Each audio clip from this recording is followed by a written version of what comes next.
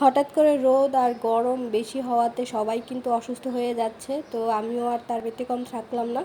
একদম অনেক বেশি ঠান্ডা, কাশি, অবস্থা খুব খারাপ হয়ে গেছে গরমের মধ্যে।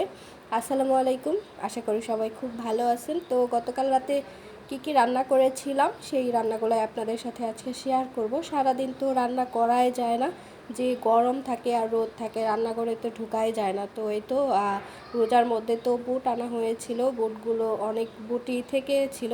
তো ওইটা আমি সিদ্ধ করে নিলাম, তারপরে হচ্ছে সন্ধ্যায় খাওয়ার জন্য আমি সুন্দর করে রান্না করে নিলাম বুটটা।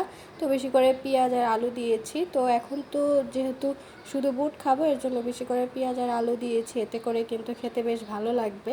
আর বুট রান্নাটা শেষ, এখানে হচ্ছে আমি চাল কুমড়া ভাজি করব, এর জন্য চাল কুমড়াটা আমি হালকা সিদ্ধ করে নিচ্ছি।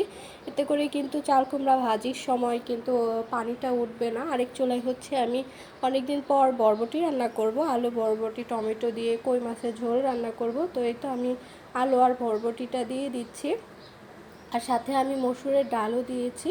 তো বরবটি খেতে কিন্তু তেমন বেশি ভালো লাগে না আমার কাছে, এর জন্য হচ্ছে আমি একটু ডাল দিই, এতে করে খেতে বেশ একটু ভালোই লাগে।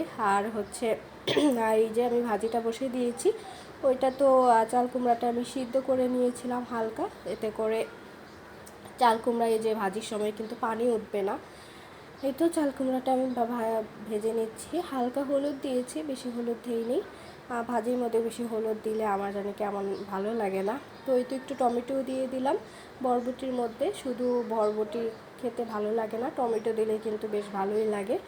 তো এই তো সবজিগুলো কিন্তু সিদ্ধ হয়ে গিয়েছে, তারপরে হচ্ছে আমি একেবারে ঝোলের জন্য পানি দিয়ে দিব। আলুটাও সিদ্ধ হয়ে গিয়েছে, আর এই যে ভাজিটাও কিন্তু হয়ে গিয়েছে। ভাজিটা নামানোর আগে আমি একটু ধনিয়া আর জিরার গুঁড়ো দিই, এতে করে কিন্তু খেতে বেশ ভালো লাগে আমার কাছে। কার কাছে কেমন লাগে জানি না, বাট আমার কাছে খেতে বেশ ভালো লাগে।